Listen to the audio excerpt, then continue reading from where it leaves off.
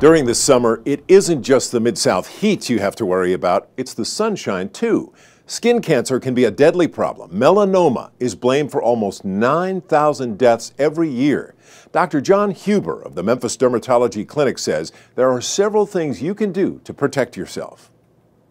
When you think about skin cancer, you're basically talking about skin cells that have forgotten how to behave. They don't just grow and shed and grow and replace themselves. They start to grow too fast, and then they acquire the ability to actually cut loose from the skin and grow down into the deeper tissue. And at that point, they can go into track along nerves or go into blood vessels and things like that, where you typically think of cancer as being metastasizing, spreading to other organs of the body. On one hand, you have the non-melanoma skin cancers, which typically involve squamous cell skin cancer or basal cell skin cancer. Those are the two most common. And the public perception of cancer is that it is a life and death situation. The good news about skin cancer is we can see it. So we get to it very early as long as it's presented to us and patients allow us to examine their skin. Melanoma, unfortunately, has a high mortality rate even when it's diagnosed relatively early. We're getting better at detecting it.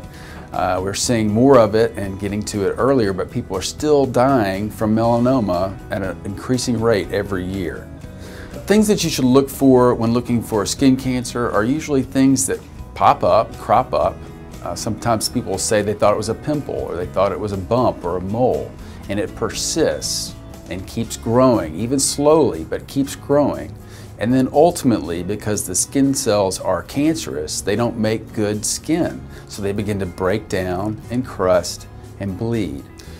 When it comes to preventing sun damage and skin cancer, probably the single most important thing for people to know is what their skin type is, because rules about prevention vary depending on what type of skin you have.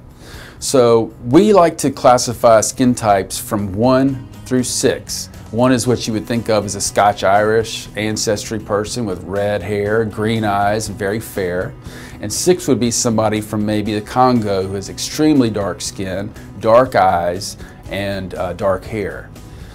But what's important to realize is that if you get enough sunlight for your specific type of skin color, you can make a skin cancer.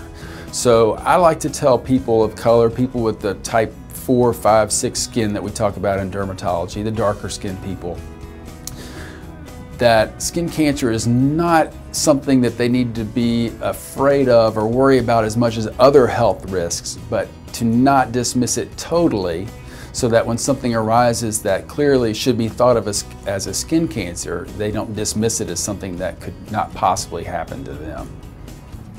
If you have very fair skin, you need to make sure that you adhere really strictly to these guidelines. You need to avoid sunlight, with direct sunlight between the hours of 10 and 4 o'clock. That's when the sun is at its zenith in the sky. There's the least amount of scatter of ultraviolet light, and people are most likely to get the harmful effects of sun instead of the beneficial effects. Another thing is we recommend people to wear sun protective clothing. There are a lot of clothes and hats out there right now where the SPF factor is actually woven or dyed into the garment so that people can wear these and receive really good sun protection.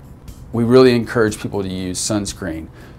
However, it's really important that these people know how to use sunscreen appropriately, how to use it properly so they actually derive a benefit from it and don't actually incur more harm to themselves.